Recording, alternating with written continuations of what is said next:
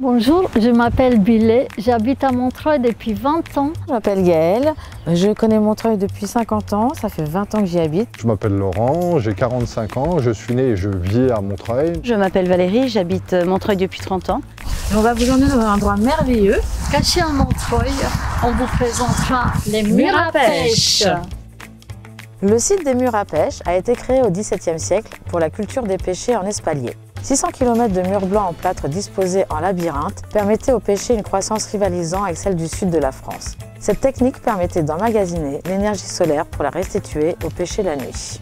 En 1870, ce sont 17 millions de fruits qui se retrouvent répartis sur les marchés de France ainsi qu'à l'étranger, notamment l'Angleterre et la Russie. Cette notoriété des pêches de Montreuil est grandissante dès leur présence à la cour de France au XVIIe siècle. Certaines variétés de pêche créées à Montreuil, comme la grosse mignonne, sont toujours cultivées aujourd'hui.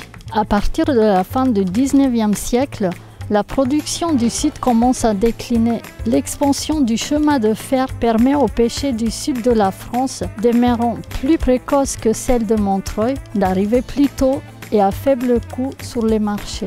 Les vergers et les murs finissent par être en partie détruites ou mêlés au paysage urbain. Aujourd'hui, seule une dizaine de kilomètres de murs subsistent. Moi, je m'appelle Christophe, je suis salarié de l'association Le Sens de l'Humus. Le territoire des murs à pêche maintenant n'est plus qu'un reliquat de ce qui... En fait, les murs à pêche, on en trouvait sur l'ensemble de la quasi-totalité de la ville de Montreuil. On trouvait des murs à pêche à Romainville, à Bagnolet. Malheureusement, à ce jour, ce qu'il reste des murs à pêche s'est concentré sur un quartier. Et nombre de ces parcelles qui sont des survivances d'une époque révolue sont occupées par des associations. Ces associations ont réussi à se battre pour la préservation et la sauvegarde de ce secteur, de ce qu'il reste des murs à pêche. Il en reste actuellement, grosso modo, 17 km sur les 600 km linéaires qu'il existait à la grande époque. Ces associations ont eu la bonne idée de se fédérer, donc au sein d'une fédération, qu'on appelle la Fédération des murs à pêche, et qui regroupe à ce jour 19 associations ayant une activité au sein de ce secteur ou ayant des parcelles qu'elles occupent de manière à animer le lieu. La fédération, donc, de par ses actions, a contribué à la valorisation et à la préservation de ce site, notamment, entre autres, en organisant le Festival des murs à pêche, qui a permis de faire connaître ce lieu que beaucoup de Montreuillois même ignoraient. Et donc, il y avait un risque et un danger potentiel d'un oubli. Et vous avez pu le constater, nombre des murs sont en des états critiques. Donc, la fédération a aussi œuvré à faire en sorte de retrouver le savoir et de reconstruire ces murs, de les restaurer. En partenariat avec la mairie de Montreuil et en partenariat avec une association qui s'appelle les Pierres de Montreuil, qui ont eux-mêmes réussi à réapprendre les techniques initiales auprès des vieilles personnes qui connaissaient encore les techniques de construction. C'est des techniques de construction très spécifiques et ce savoir-faire s'était perdu. Alors, le mur à pêche, c'est une technique très ancienne qui remonte au XVIIe siècle. C'est un principe scientifique assez basique qui consiste que si j'ai une masse, donc une masse, elle peut être constituée de matériaux solides, durs, avec une forte densité. Ces matériaux vont emmagasiner la chaleur et la restituer durant la nuit.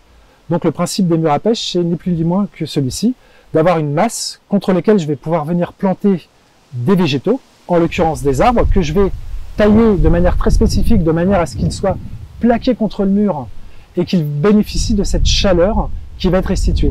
Donc le matériau était prélevé in situ, il consistait en la collecte de grosses pierres.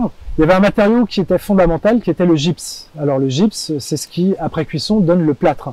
On avait un assemblage avec un cœur qui était en terre. La terre permettait d'avoir une bonne masse thermique, des pierres qui étaient montées. Et ensuite, on avait un enduit au plâtre, un enduit assez épais, qui permettait donc de planter des clous. Et donc ça permettait de palisser ces arbres avec un palissage très spécifique qu'on appelait le palissage à la loque, qui utilisait comme lien des vieux morceaux de tissu. Je m'appelle Dominique Laensina et je suis chargée des ateliers pédagogiques au sein de l'association. Donc l'association s'appelle SRHM, qui veut dire Société Régionale d'Horticulture de Montreuil. mais elle est plus connue comme le jardin-école, qui est en fait le lieu où l'association est située. Le jardin-école, c'est un jardin qui a été créé par les producteurs des murs à pêche en 1921. Nous sommes les héritiers des producteurs des murs à pêche qui ont créé ce lieu, qui ont créé le musée, dans un objectif de garder vivant cette mémoire du lieu et des savoir-faire. Parce qu'en fait, s'ils ont créé ce lieu, c'est pour expérimenter tout ce qu'ils savaient faire. Donc il y a des savoirs qui se sont transmis comme ça.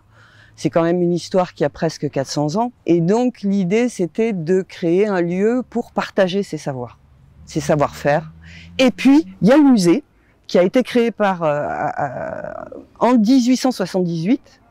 À l'époque, c'était une roulotte. Et quand ils participaient à des concours internationaux et des choses comme ça, ils partaient avec leur roulotte et ça leur permettait de...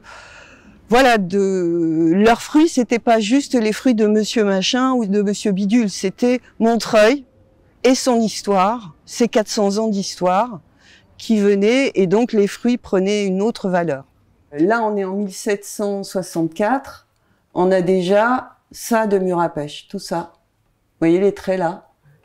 C'est le grisé, c'est les zones grisées qui sont là. Donc ça va jusqu'à Romainville, ça descend jusqu'à presque Vincennes là. Et l'actuel quartier des murs à pêche, il est là quoi. C'est la partie qui reste. Mais il y avait tout ça avant. Donc là, on a la rue de Rosny, on a la rue Saint-Antoine, on a la rue Saint-Just, et donc rue Saint-Antoine. L'épicerie solidaire, elle doit être à peu près là. Tous les petits traits que vous voyez, ce sont le haut des murs, 1930. Donc ça, c'est juste le quartier. Ici, c'est tout petit. Alors que ça s'étendait jusqu'à Crémat, jusqu'à la Boissière. En 1640, c'est simple, Paris s'arrête à Bastille. Bastille est là. Et Montreuil est dans les collines, là-bas. On traversait la campagne pour arriver à Montreuil. Et Montreuil, oui, était décrit comme un petit paradis rempli d'arbres fruitiers. Ce travail de fond qui a été mené depuis plus d'une vingtaine d'années par la Fédération des murs à pêche a permis, à ce jour, qu'on soit dans un site qui est fragile, mais néanmoins vivace, et qui va, on l'espère, perpétuer cette mémoire ancienne. Et notamment, il y a un travail assez remarquable qui a été mené par certains membres de la Fédération de réussir à faire classer au patrimoine immatériel de l'UNESCO le savoir de la taille en espalier. Puisque c'est des savoirs qu'on a perdus. Il y a plus grand monde en France qui connaît encore cette technique de taille qui était principalement pratiquée sur les pêchers qui ont fait la grande renommée des murs à pêche. J'ai essayé de faire ça. Ça, c'est une vraie photographie qui est faite à la pellicule de pommes de terre. Dans les premières photographies, 1838. Et donc, c'est des vrais arbres. C'est dans le terrain de Monsieur Vitry. Et ce sont des pêchers qui sont palissés sur le mur. Et j'ai compté, il y a 30 branches. Moi, j'ai essayé de le faire avec 9 branches. J'ai pas réussi. Parce que arriver à diriger la sève de cette manière-là, c'est un savoir qu'on a perdu en fait. Moi, je me suis retrouvée avec 3 énormes branches, puis les autres toutes rachitiques. Je sais pas comment ils arrivaient à faire ça, quoi. C'est assez impressionnant. C'est un savoir sur la physiologie de l'arbre qui est très pointu.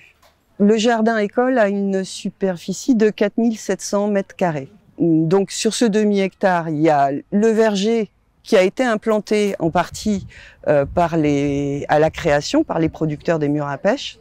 Donc il y a des poiriers ici qui ont 100, donc de 1921 à 104 ans. Il nous reste des murs à pêche. On a implanté une variété nouvelle qui a été créée par l'INRA pour 2 raisons. D'abord, elle s'appelle gypse, comme la pierre qui sert à faire le plâtre des murs à pêche. Et en plus, c'est une variété précoce. Et on le voit ici, c'est-à-dire qu'on est fin mai et on a déjà des pêches qui sont pas encore mûres, mais qui vont l'être avant la fin juin. C'est une pêche blanche, un peu juteuse, sucrée, mais pas super sucrée. Il y a cette partie ici qu'on appelle le verger de plein vent, qui est une partie où on laisse les fruitiers pousser. Mais si on les regarde, tous les arbres qui sont là, toute cette petite forêt, ce ne sont que des fruitiers. Je reçois environ 500 élèves dans l'année qui reviennent plusieurs fois sur des sujets très divers, mais globalement sur le vivant. Moi, je suis Félicie, je suis comédienne et j'ai été pendant 15 ans directrice du théâtre de la Girandole qui est à la Croix-de-Chavaux et du théâtre de verdure de la Girandole des Murs à Pêche où nous sommes aujourd'hui. Moi, c'est Luciano. Je suis comédien et aussi maçon et aussi électricien, menuisier, tout ça. Ces parcelles ont été protégées, on ne peut pas construire. Et donc la mairie a fait un appel à projet aux associations pour proposer qu'on les fasse vivre. Donc il y a eu des gens qui font pousser plein d'herbes différentes, d'autres associations pour la réinsertion, nous pour faire le spectacle vivant. Il y a de tout. Et c'est comme ça qu'on est arrivé une quinzaine d'associations d'un coup, grâce à cet appel au projet, dans le secteur. Et c'est nous qui l'avons créé, ce magnifique lieu qui est sur une parcelle de la mairie. Mais il faut l'imaginer il y a 20 ans, quand on est arrivé. Donc c'était une décharge de voitures. Et donc vraiment il fallait rentrer avec un machete pour couper les ronces, pour pouvoir pénétrer dans ce lieu. Et petit à petit, on l'a nettoyé. C'est un peu l'esprit du lieu qui a envahi mon esprit à moi. Alors on voit l'entrée d'aujourd'hui. Et comme c'était en 2004, c'est-à-dire là, il n'y avait pas d'entrée. Donc ici, on accueille le public.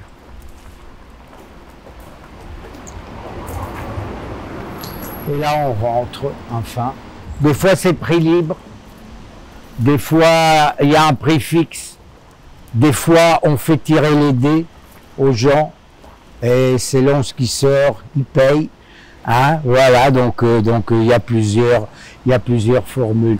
Dans le même jour, on peut avoir un clown, du cirque, de la musique, de la danse, ce qui permet de brasser un peu plus large et de pouvoir rassembler des publics différents.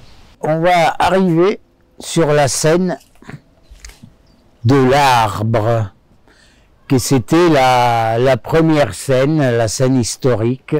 Au départ, c'était la cabane du comte, c'est-à-dire un petit lieu où on allait construire une cabane pour 20-30 personnes, où on allait raconter des histoires.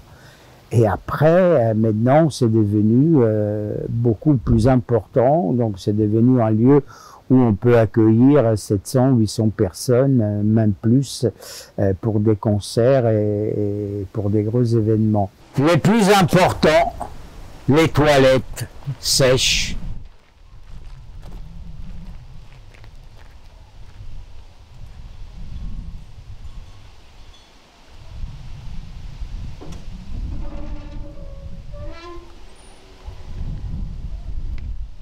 Le Sens de l'Humus est une association montreuilloise qui a été créée en 2006 par un petit noyau de personnes qui s'intéressaient aux questions liées à la transition et à la permaculture. À un moment donné, l'association a pris de l'ampleur et elle a été amenée à croiser le chemin de mademoiselle Geneviève Pouclier, qui était la plus ancienne horticultrice encore en activité à Montreuil. L'association est active dans de nombreux domaines. Le premier, pour lequel on est assez connu, est la réduction des déchets organiques en milieu urbain, avec un pôle dédié à l'installation et à la gestion de compost de quartier, de compost en pied d'établissement, pied d'immeuble. Et à ce jour, l'association gère une 50aine de sites sur le territoire d'Est-en-Cendres. L'association œuvre également depuis un bon moment, dès ses débuts on va dire, sur les questions d'insertion. Lors de ces matinées de jardins solidaires, nous accueillons également des bénévoles de manière à créer de la mixité et mélanger les publics. L'idée étant de travailler sur la dimension thérapeutique du jardinage, voir comment le jardinage la sociabilisation, l'être ensemble, permet de reconstruire des personnes qui ont été amochées par la vie. L'association travaille également tout naturellement à destination des enfants en menant des actions d'éducation à l'environnement, donc en accueillant des classes. Et puis pour finir, l'association a également un pôle de production depuis 2019 où nous produisons des plants sous serre. Donc ces plants sont produits avec des graines issues de semenciers bio et ils sont produits de manière éthique et responsable. Ici, depuis 2019, l'association a répondu à un appel à projet qui était un projet assez ambitieux de créer une micro-ferme. Et ce projet intégrait plusieurs productions. On s'est limité à la première production qui était la production de plantes. Au travers, la production de plantes aromatiques, médicinales, condimentaires, ornementales et potagères. Tous ces semis sont effectués dans le cadre du jardin solidaire, c'est-à-dire que je forme des gens à la gestion d'une serre. Je leur explique comment on gère une serre. Et moi, je trouve que dans les moments de semis qu'on fait collectivement, il y a un côté assez méditatif. Il faut être très concentré. Les graines peuvent être petites, très petites pour certaines. Donc ça nécessite de l'attention, de la vigilance, de la méticulosité. Et pour beaucoup de personnes, c'est très apaisant. J'ai une colle pour vous. Le fruit a un dessin, mais on n'a rien rajouté dessus et on n'a rien enlevé. Ni encre, ni gravé dessus, ni rien du tout. Il y a eu une exposition universelle à Saint-Pétersbourg. Et donc, chaque pays amène ce qu'ils ont de meilleur pour l'exposer, voilà. Et donc, il y a eu des fruits de Montreuil, et les producteurs de Montreuil ont eu le coup de génie de marquer des pommes avec la tête du tsar. Et quand ils sont arrivés à Saint-Pétersbourg avec des pommes avec la tête du tsar, ça a été un gros succès. Et c'est un peu comme ça qu'ils ont eu le marché russe. Dans pas longtemps, on va mettre un sachet autour des pommes, l'ensachage, ça s'appelle. Ça va permettre à la pomme de pousser, mais elle ne recevra pas les rayons du soleil. Donc elle ne va pas rougir, elle va rester vert-jaune. Et à la fin de l'été, 3 semaines avant la récolte, on va ouvrir le sac, l'habituer à la lumière et coller un pochoir dessus. Donc là, elle va rougir très vite. En 3 semaines, elle rattrape ses camarades qui ont poussé tout l'été. Et évidemment, elle va rougir, sauf sous le pochoir. Et quand on enlève le pochoir, on a un dessin. Il y a des années où on a demandé à des artistes montreuillois de nous créer des pochoirs. On a fait pour les JO. On a envoyé des pommes marquées au CIO. Pendant longtemps, on offrait des pommes aux maires à chaque jour de l'an. Donc avec le logo de Montreuil. À l'époque, ils y passaient du temps. Mais par contre, c'était vendu super cher. En plus, ça fragilise le fruit, donc il y a énormément de pertes. Une pêche marquée, c'est le tiers du salaire de l'ouvrier, quoi. La Fédération des murs à pêche pilote, entre autres, le très gros festival des murs à pêche. Il est central, il permet de faire vivre une fédération à l'année qui a pour mission d'ouvrir et de faire connaître les murs à pêche. Bonjour, je m'appelle Mathieu, je coordonne le festival et je m'occupe surtout de la programmation. Aujourd'hui, on installe, on monte pour l'événement de ce week-end. C'est le seul moment de l'année, en fait, où tous les murs à pêche sont ouverts. Et ce qui est chouette, c'est qu'on peut déambuler à travers tous ces labyrinthes de murs. Depuis 20 ans, ça a commencé sur une petite parcelle. Ça a grossi petit à petit. Ensuite, il y a le fer à coudre que vous voyez à gauche qui a investi le lieu, qui lui a donné un style plutôt art de rue, théâtre. Ça n'a pas arrêté de grandir. Mon prénom c'est Héloïse et je suis la costumière de la compagnie du fer à coudre avec Sophie. Le fer à coudre c'est une compagnie qui propose des univers dans les lieux où ils s'installent. Donc il y a la couture et le costume qui vient se mélanger à la ferronnerie. Et donc tout est un espèce de décor inventé de toutes pièces par le temps en fait, où ils ont ramassé et récolté au fil du temps plein d'objets qui sont présents en haut du chapiteau, etc. Et la proposition, c'est d'avoir sur la scène du coup des artistes qui se présentent. Et l'idée, c'est aussi de faire des installations de métallique du coup dans des espaces publics. Pour mettre de l'enchantement un peu partout, quoi. Nous, on se targue d'être d'avoir une prog très diversifiée, très mélangée. Il n'y a pas vraiment de ligne artistique. Alors pendant le festival, écoutez, il y a toutes les parcelles qui sont ouvertes, il y a des spectacles du matin au soir. On est plutôt sur des petits recoins, donc petites jauges, ce qui fait aussi le charme des murs à pêche. Il faut aller se promener pendant le festival pour vraiment à rencontrer toutes les parcelles avec leur diversité et puis la diversité, donc je vous dis, des choses proposées. La découverte de murs à pêche, j'ai déjà connu, mais pas à ce point-là. Moi, les murs à pêche, je pensais que je connaissais. Et franchement, pas du tout. J'ai découvert beaucoup d'associations, beaucoup d'activités liées aux arts, au théâtre, à la musique, du jardinage. J'ai découvert comment on plantait les pêches. Enfin, j'ai découvert tout un univers, un immense univers en fait. C'était assez impressionnant de voir tout ce monde qui est engagé pour protéger ce lieu. Chaque personne a sa propre manière de faire vivre ce lieu en fait. Et je m'attendais surtout pas à ça, de pouvoir rencontrer des gens sur lesquels je ne m'y attendais pas du tout. Des gens qui ont été vraiment surtout accueillants, ouverts. Je ne sais pas comment expliquer tout ce que j'ai découvert, mais c'est hyper intéressant, hyper enrichissant. Ce qui m'a plus impressionné, c'est de voir qu'à quelques pas de chez moi, on avait une petite ferme, les animaux, cette verdure agréable, reposante. C'est un endroit magique. C'est un super lieu, on a une chance d'avoir ça dans notre ville en fait. Et on va se terminer là-dessus.